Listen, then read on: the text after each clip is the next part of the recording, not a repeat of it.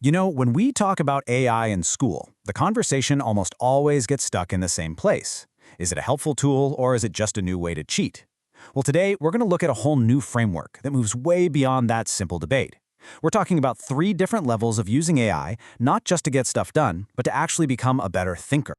Look, let's be real. AI is already here. It's on every student's phone, in their pocket. So the question isn't if it should be in the classroom anymore. That ship has sailed. The real question, the important question, is how do we use it to actually level up our own thinking? So, let's explore that path together. We're going to map out a journey, a kind of roadmap that takes AI from being just a simple tool all the way to becoming a true partner in how we think. Okay, first up is level 1. I call it the fast helper. And honestly, this is probably how most of us are using AI right now. You need something done, and you need it done fast. The entire goal here, the whole point, is speed, efficiency. It's about handing off a task to the AI to get a finished product as quickly as you possibly can. You just want the result, and you want it now. There's actually a technical term for this, cognitive offloading. It just means you're using an outside tool to do the heavy lifting so your brain doesn't have to. And yeah, that sounds awesome, right?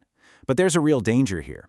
If this is the only way we use AI, we risk something called cognitive atrophy.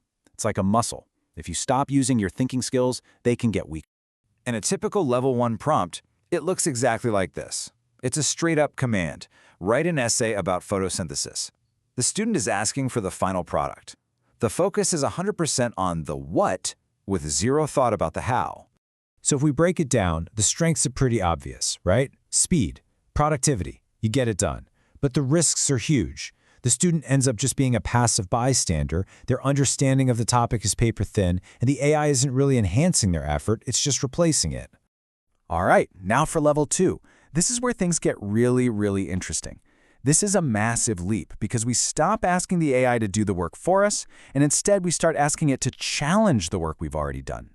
So the focus completely shifts from the final product to the thinking process itself.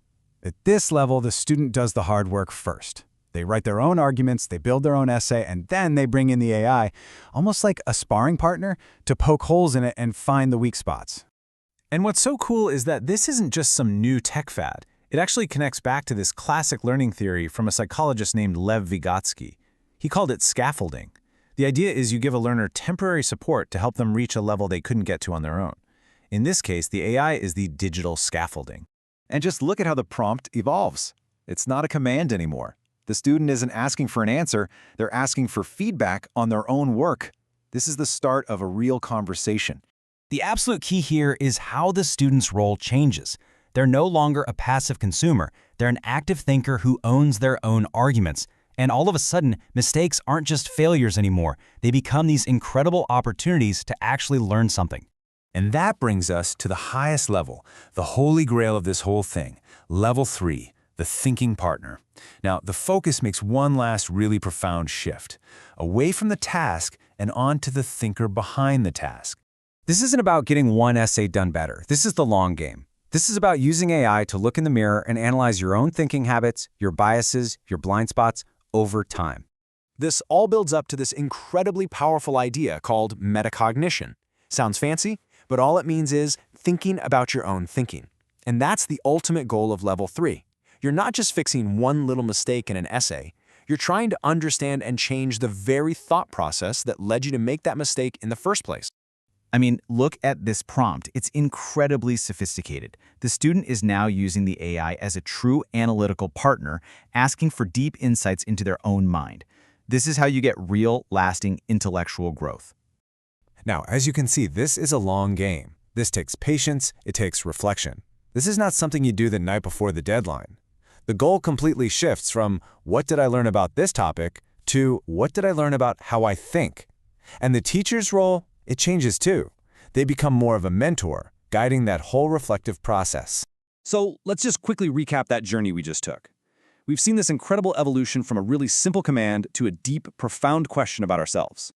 We started at level 1, where the AI is just a tool to get a product. Then we moved to level 2, where it becomes a mirror to help us improve our process. And finally, we arrived at level 3, where the AI becomes a partner to help improve the thinker themselves. And here's the best part, the kicker. The very framework we've just been talking about, it wasn't just about Level 3 thinking, it was created using Level 3 thinking. The author worked with an AI as a partner, going back and forth, debating, refining ideas, until this whole model emerged. This explainer is living proof that its own concept works.